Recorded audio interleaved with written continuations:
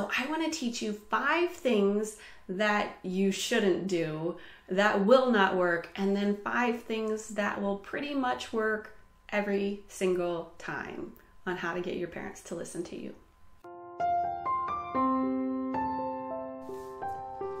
These skills go across the board. They work with your parents, but they'll also work with your coworkers, your boss, even if you get married, your husband.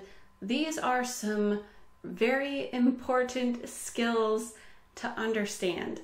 So the first 5 things are what you don't want to do. But before I go on, if you haven't subscribed, please do that now, because I want to help you to have peace and success and really master the deeper issues of life. And so if you're interested in growing and being successful, hit the subscribe button and the notification bell so you will be notified every time I upload a video. So the 5 things that you don't ever want to do, especially with your parents, we'll talk about that right now. The first thing you don't ever want to do is interrupt somebody. It just puts them a little bit on the defensive. Like, who are you to interrupt me? Obviously, you feel like you're more important than me and my time and what I'm doing. And so what it does is it puts the person on both the defensive and the offensive immediately. And so gauging the time of when you're going to approach somebody is hugely important. So number 1, don't ever interrupt somebody. The next thing is that if you're in a high conflict situation and somebody is coming down on you and you completely think they have it wrong and they don't understand, you're being misunderstood and attacked for no good reason, that is actually not the time to speak up. Don't defend yourself. I know that's super duper hard. Don't defend yourself. What you need to do at that moment is to step back, and your goal is to bring the emotions down, your emotions down and their emotions down. And so you just kind of have to pacify the situation and be like, you know what, I'm really sorry. Let's talk about this later. I'll work on what you're saying. And then that just makes them feel like, okay, all right, they hear me. They hear me and they're willing to take it into consideration. But then it keeps the door open for some communications later on. And so what you're looking for is a little bit of a time buffer, because time is the most important part of this. On the theme of when to speak to somebody, a time when you don't speak to somebody is when they're tired. Like when you first come home from work, or when they first come home from work, or within a half hour of them going to bed. Don't approach somebody with something that actually is important and may bring up volatile emotions.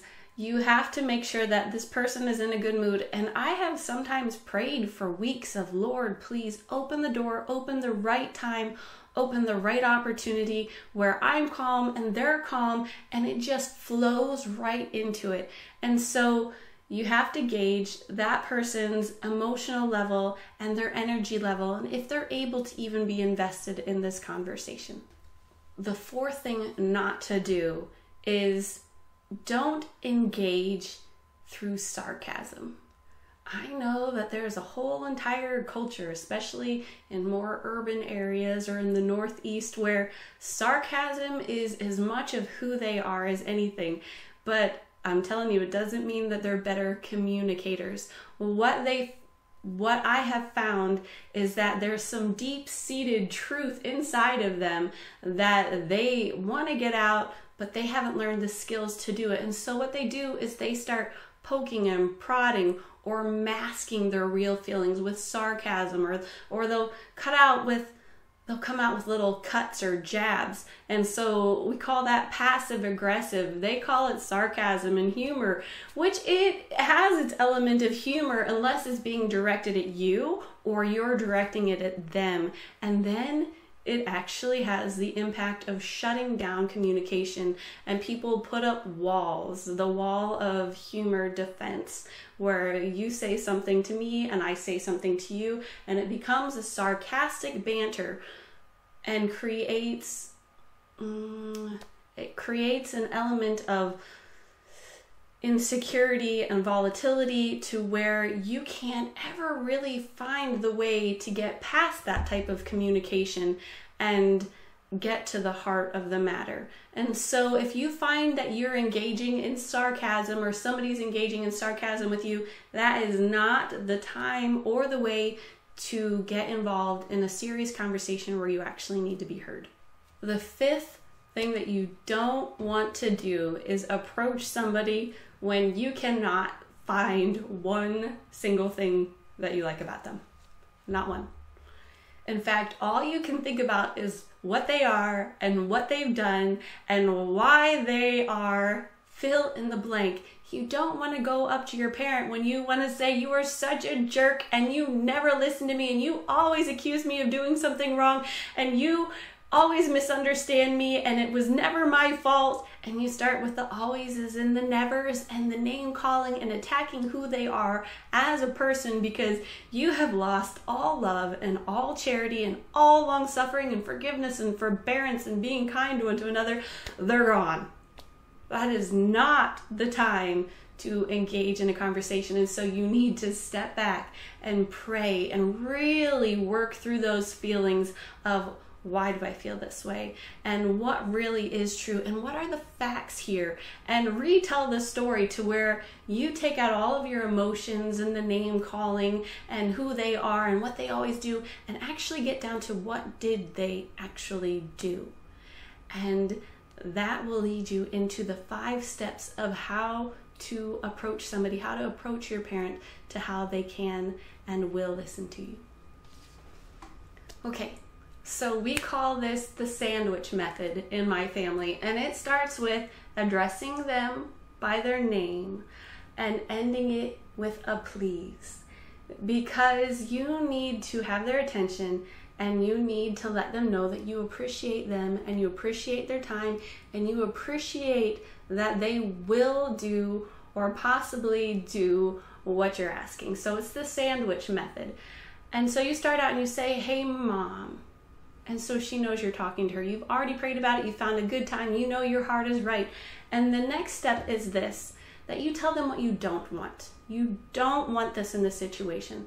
Mom, I don't want you to think that I'm upset at you or that I'm attacking you or that I don't appreciate you. I don't want you to think that. And what that does is that gets all of the areas that could be misunderstood right out of the way. It clarifies the intention of your heart is totally good. And that's where a lot of misunderstanding happens, because we all just naturally fill in the blanks and naturally are bent towards judging somebody's motives and intent. But if you put it out there, Mom, I don't want you to think that I'm being disrespectful or that I'm challenging what you said. And this next one is important. You need to make sure that they feel extra safe and that you are not accusing. This one right here, I'm going to call this the accusing level of the sandwich, that you are not accusing them. Because how is it that when you say, Mom, I feel like you do this, and they're like, well, when was the last time that I did that? And I don't always do that. And you say, Mom, I'm not accusing you of doing anything wrong. And I'm not even saying that you meant to do this on purpose. And then you find a mutual goal, something you know that is going to be okay with everybody. And you say, Mom, what I do want is this. I really want you to listen to me. And I really want you to respect me. And I really want you to engage in this conversation, because I want to have a closer relationship with you. And I think that this will help me in my walk with the Lord, or will help me with my job, or will help me with my education, because those are the key areas of parents.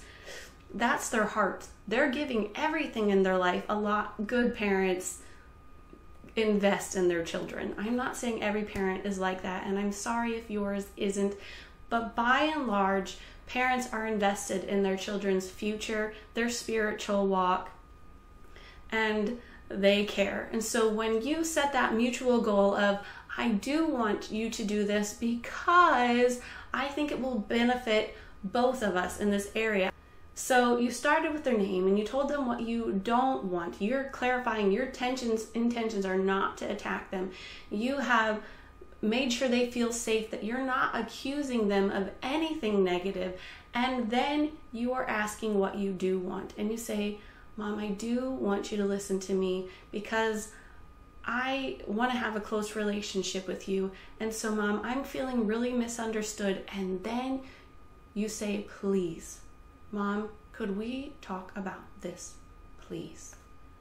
And I guarantee you, if you do all 5 of those things and your heart is in that respectful manner and you've waited for that moment, they will be in such awe that they will sit back and say, yes, let's talk about it. And then you need to stick to the facts. Don't let your emotions get in the way.